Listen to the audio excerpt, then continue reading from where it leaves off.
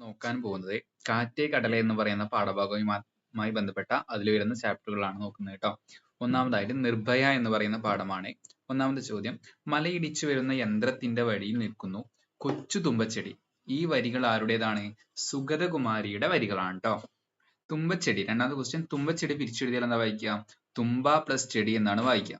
മൂന്നാമത്തത്, കൂട്ടത്തിൽ ചേർക്കാവുന്ന പദം ഭയം, പേടി, ത്രാസം. ഇതിന്റെ കൂടെ ചേർക്കാവുന്ന പദമാണ് ഏത്? ഭീതി എന്ന് പറയുന്നത് കേട്ടോ. നാലാമതായിട്ട് വരുന്നത്, വഴിയിൽ നിൽപ്പൂ ചമഞ്ഞു തുമ്പച്ചെടി. ചമഞ്ഞു എന്നതിന്റെ അർത്ഥം എന്താണ് ചോദിക്കുന്നത്? ചമഞ്ഞു എന്ന് പറഞ്ഞാൽ എന്താ? ഒരുങ്ങി എന്നാണ് അർത്ഥം. അഞ്ചാമത്തത്, കൂട്ടത്തിൽ ചേരാത്തത് വഴി, വീതി, സരണി, യാനം. ഇതിൽ കൂട്ടത്തിൽ ചേരാത്ത പദം എന്ന് പറയുന്നത് ഏതാ? യാനം എന്നതാണ് കൂട്ടത്തിൽ ചേരാത്തത്. ഇനി ആറാമത്തെ ചോദ്യം നോക്കൂ. സുഗതകുമാരിക്ക് വയലാർ അവാർഡ് നേടിക്കൊടുത്ത കൃതി ഏത്? ഏത് കൃതിയാ? അമ്പലമണി എന്ന് പറയുന്ന കൃതിയാണ് സുഗതകുമാരിക്ക് വയലാർ അവാർഡ് കിട്ടാൻ കാരണമായത്. ഏഴാമത്തെ ചോദ്യം, നിർഭയം എന്ന പദത്തിന്റെ വിപരീത പദമാണ് സഭയം. നിർഭയം എന്നുള്ളതിന്റെ വിപരീത പദമാണ് ഏത്? സഭയം എന്ന് പറയുന്നത്. സുഗതകുമാരിയുടേതല്ലാത്ത കൃതി ഏതാ? രാത്രിമഴ, അമ്പലമണി, അക്ഷരം, കാവുതീണ്ടല്ലേ. ഇതിൽ അക്ഷരം എന്ന് പറയുന്ന കൃതി ആരുടേതല്ല? സുഗതകുമാരി ടീച്ചറത് അല്ല. ഒമ്പതാമത്തെ ചോദ്യം നോക്കൂ. 1934 ജനുവരി 22-ന് ആറന്മുളയിൽ ജനിച്ചു. പരിസ്ഥിതി പ്രവർത്തക, രാത്രിമഴ, അമ്പലമണി തുടങ്ങിയ കൃതികൾ. ഇത് ആരെ സൂചിപ്പിക്കുന്നതാണ്? സുഗതകുമാരിയെ സൂചിപ്പിക്കുന്നതാണ്. അടുത്തതാണ് മാനത്തും താഴത്തും എന്ന് പറയുന്ന പാഠഭാഗത്തിൽ കാറ്റു പറഞ്ഞത്. ഈ ജിനൻ എഴുതിയുള്ള കാറ്റു പറഞ്ഞത് എന്ന് പറയുന്ന പാഠഭാഗം. ഒന്നാമത്തെ ചോദ്യം നോക്കൂ. കുരുത്തോലക്കിളി ആരുടെ കവിതയാണ്? ഈ ജിനന്റേതാണ്. സന്ധ്യയ്ക്ക് പൂക്കുന്ന പൂവിൽ നിന്നും ഗന്ധമായി വന്നെത്തുന്നത് ആരാണ്? കാറ്റാണ് ഗന്ധമായിട്ട് വന്നെത്തുന്നത്. മൂന്നാമത്തെ ചോദ്യം ചേർത്തെഴുതാനാണ്. കണ്ണിൻ പ്ലസ് പെടാതെ എന്ന് ചേർത്ത് എഴുതിയാല് കണ്ണിൽ പെടാതെ എന്ന് പറയാൻ വേണ്ടിയിട്ട് പറ്റും. നാലാമത്തത് ആടുമ്പോൾ പ്ലസ് എന്നെ. ആടുമ്പോൾ പ്ലസ് എന്നെ എന്ന് ചേർത്ത് എഴുതിയാൽ ആടുമ്പോൾ എന്നെ എന്ന് വായിക്കാം. നീ പ്ലസ് എന്നെ എന്ന് ചേർത്ത് എഴുതിയാലോ നീ എന്നെ എന്ന് വായിക്കാൻ വേണ്ടിയിട്ട് പറ്റും. ആഴിത്തിര, ആഴിത്തിര എന്ന് പിരിച്ചെഴുതിയാല് ആഴി പ്ലസ് തിര എന്നായിട്ട് മാറും. വീശി തരുന്നില്ലേ എന്ന് പിരിച്ചെഴുതിയാലോ വീശി പ്ലസ് തരുന്നില്ലേ എന്നായിട്ട് മാറും. തൊട്ടടുത്ത് എന്ന് പിരിച്ചെഴുതിയാലോ തൊട്ട് പ്ലസ് അടുത്ത് എന്നായിട്ട് മാറും. പാടുമ്പോൾ എന്നെ എന്ന് പിരിച്ചെഴുതിയാൽ പാടുമ്പോൾ പ്ലസ് എന്നെ എന്നായിട്ട് മാറും. ശ്വാസമായെന്നും എന്ന് പിരിച്ചെഴുതിയാലോ ശ്വാസമായി പ്ലസ് എന്നും എന്നായിട്ട് മാറും. കാറ്റ് എന്ന വാക്കിന്റെ അർത്ഥമായി വരാത്തത് ഏതാണ്? മുകിൽ എന്നതാണ് കാറ്റിന്റെ അർത്ഥമായിട്ട് വരാത്തത്. ഇനി 12ാമത്തെ ചോദ്യത്തിലോട്ട് പോയാലോ. 12ാമത്തെ ചോദ്യം, കണ്ണിൽ പെടാത്തൊരു കാറ്റെ നിന്നെ കണ്ടുകിട്ടാൻ എന്തു മാർഗം. ഈ വരികളിൽ വഴി എന്നതിന് പകരം ഉപയോഗിച്ചിട്ടുള്ള പദമാണ് ഏത്? മാർഗം എന്ന് പറയുന്നത്. 13ാമത്തത്, ശരിയായിട്ടുള്ള പദം ഏത്? സുഗതം, സുഗന്ധം. ഇതിലേതാ ശരി? സുഗന്ധം എന്ന് പറയുന്ന രണ്ടാമത് കൊടുത്താണ് ശരിയായിട്ട് വരുന്നത്.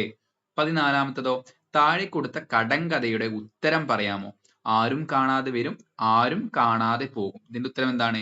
കാറ്റാണ് ഇതിന്റെ ഉത്തരമായിട്ട് വരുന്നത്. ഇനി അടുത്തതോ 15ാമത്തെ ചോദ്യം, അക്ഷരക്രമം പാലിച്ചെഴുതുക. തലോടുക, ആടുക, പാടുക, കേൾക്കുക. ഇതിന്റെ അക്ഷരമാല ക്രമത്തിൽ എഴുതിയാൽ എങ്ങനെയാ വരിക? ആടുക, കേൾക്കുക, തലോടുക, പാടുക എന്നാണ് വരിക. ഇനി കുറച്ച് സമാന പദങ്ങൾ നോക്കാം. ആഴി എന്നതിന്റെ സമാന പദമാണ് കടൽ, സമുദ്രം, പാരാവാരം, വാരിധി തുടങ്ങിയവ. കുഞ്ഞ് എന്നതിന്റെ സമാന പദമാണ് പൈതൽ, ശിശു, കുട്ടി എന്ന് പറയുന്നത്. ഉപ്പ് എന്നതിന്റെ സമാന പദമാണ് ഏത്? ഇല. ഉപ്പ് എന്നതിന്റെ സമാന പദമാണ് ലവണം, സാമുദ്രം എന്ന് പറയുന്നത്. ഇലയുടെ സമാന പദമാണ് ഏത്? പത്രം, ദലം എന്ന് പറയുന്നത്. ഇനി ശരിയായ പദങ്ങളോ? ഇവിടെ രണ്ടെണ്ണം കൊടുത്തിട്ടുണ്ട്. അല്ലെങ്കിൽ, അല്ലെങ്കിൽ. ഇതേതാ കറക്റ്റ്? അല്ലെങ്കിൽ എന്ന് പറയുന്നതാണ് കറക്റ്റ്.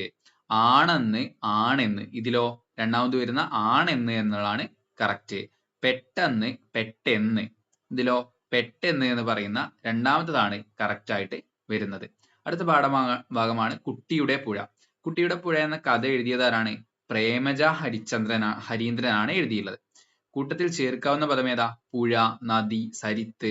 ഇതിന്റെ കൂടെ ചേർക്കാവുന്ന ഒരു പദമാണ് തരങ്കിണി എന്ന് പറയുന്നത്. മൂന്നാമത്തെ ചോദ്യം നോക്കൂ. കുഞ്ഞുപുഴ എങ്ങോട്ടേക്കാണ് പോകുന്നത്? കടലിലേക്കാണ് കുഞ്ഞുപുഴ ഒഴുകി പോകുന്നത്. നാലാമത്തത് ചേർത്തെഴുതാനാണ്. കയറി പ്ലസ് ഇരുന്ന്, കയറി ഇരുന്ന് എന്ന് പറയാൻ വേണ്ടിയിട്ട് പറ്റും. കുട്ടി ഇത്തിരി ഗൗരവത്തിലായി. അടിവരയിട്ട പദത്തിന്റെ വിപരീത പദമാണ് ലാഘവം എന്ന് പറയുന്നത്. ഗൗരവം എന്നുള്ളതിന്റെ വിപരീത പദമാണ് ലാഘവം. അടുത്ത ആറാമത്തെ ചോദ്യമാണ് കൂട്ടത്തിൽ ചേരാത്ത പദം.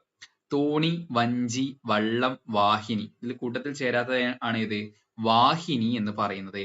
ഏഴാമത്തതോ പിരിച്ചെഴുതുക. നീന്തി കളിക്കാൻ എന്നുള്ളത് പിരിച്ചെഴുതിയാലോ നീന്തി പ്ലസ് കളിക്കാൻ എന്നായിട്ട് മാറും.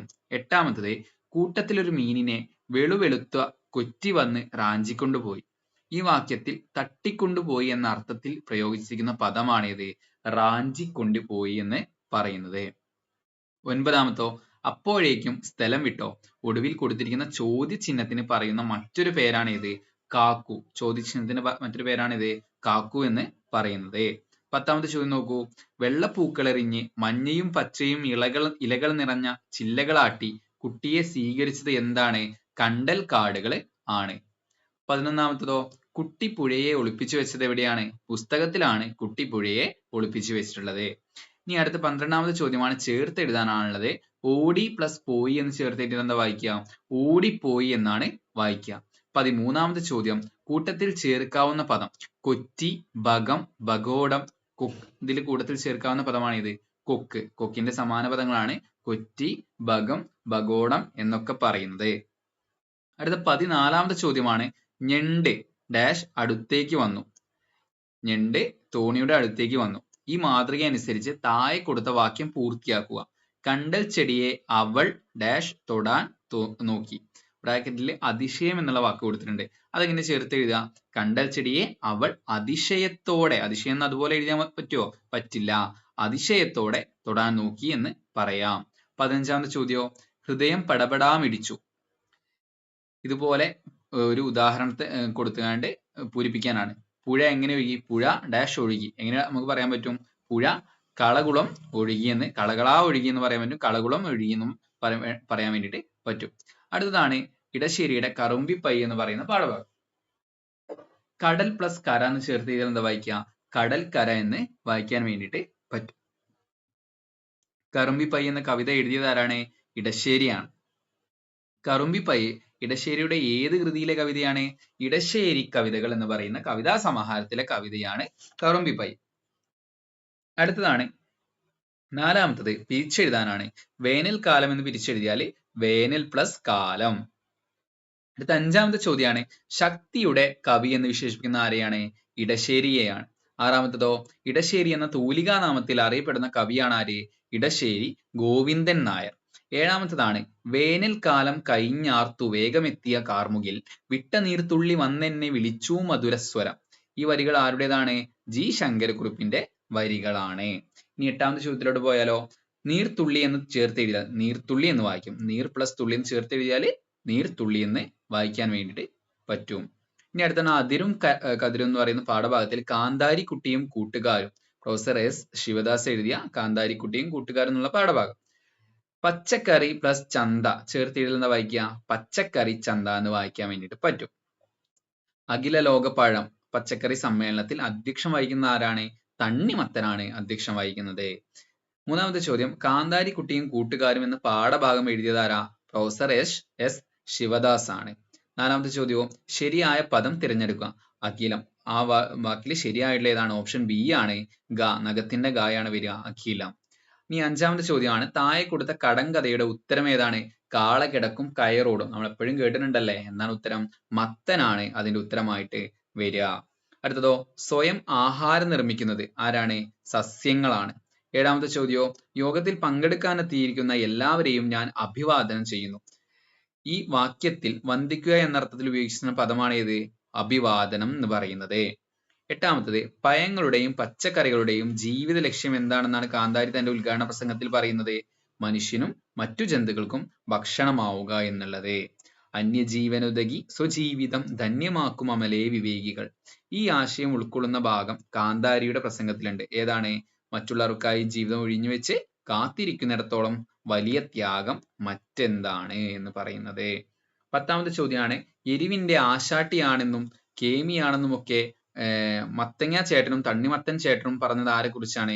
കാന്താരിയെ കുറിച്ചാണ് പറഞ്ഞിട്ടുള്ളത്. ഇനി അടുത്ത ആളൊരു കാന്താരിയാണ്. ഈ ശൈലി കൊണ്ട് എന്താണ് അർത്ഥമാക്കുന്നത്?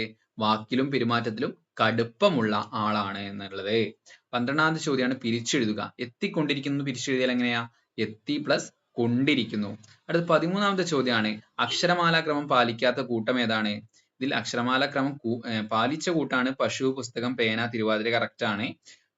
കാക്ക, കുയിൽ, കെണി, കൗമാരം കറക്റ്റ് ആണ്. ചരിത്രം, ചിത്ര, പേന, പൈങ്കൽ കറക്റ്റ് ആണ്. തൊയിൽ, തേന്മാവ്, താരാട്ട്, തിരുവാതിര അത് കറക്റ്റ് അല്ല. 14ാമത്തെ ചോദ്യമാണ് താഴെ കൊടുത്തിരിക്കുന്നവയിൽ ജീവചരിത്ര വിഭാഗത്തിൽ ഉൾപ്പെടുന്ന പാഠഭാഗം ഏതാണ്? നക്ഷത്രങ്ങളിലേക്ക് മിഴി തുറന്നൊരാൾ എന്നുള്ള പാഠഭാഗമാണ്. ഇനി 15ാമത്തെ ചോദ്യം അർത്ഥവ്യത്യാസം കണ്ടെത്താനാണ്. ചെണ്ടകൊട്ടി ദേശമെങ്ങും ചെണ്ടകൊട്ടി വിളംബരമുണ്ടായി. കൂട്ടുകാർ അവനെ ചെണ്ട കൊട്ടിക്കുക പതിവാണ്. ഇതിലെന്താണ്? ഇതിൽ ചെണ്ട കൊട്ടി എന്നാൽ ചെണ്ട എന്ന വാദ്യോപകരണം കൊട്ടുന്നതിനെയാണ്. എന്നാൽ ചെണ്ട കൊട്ടിക്കുക എന്ന് പറഞ്ഞാലോ അത് അബദ്ധത്തിൽ ചാടിക്കുക എന്നുള്ള അർത്ഥമാണ് വരുന്നത്. സോ ഇത്രയും കാര്യങ്ങൾ എൻ്റെ മക്കൾ നന്നായിട്ട് നോക്കുക. ബാക്കി നമുക്ക് അടുത്ത ക്ലാസ്സിൽ ഡിസ്കസ് ചെയ്യാം.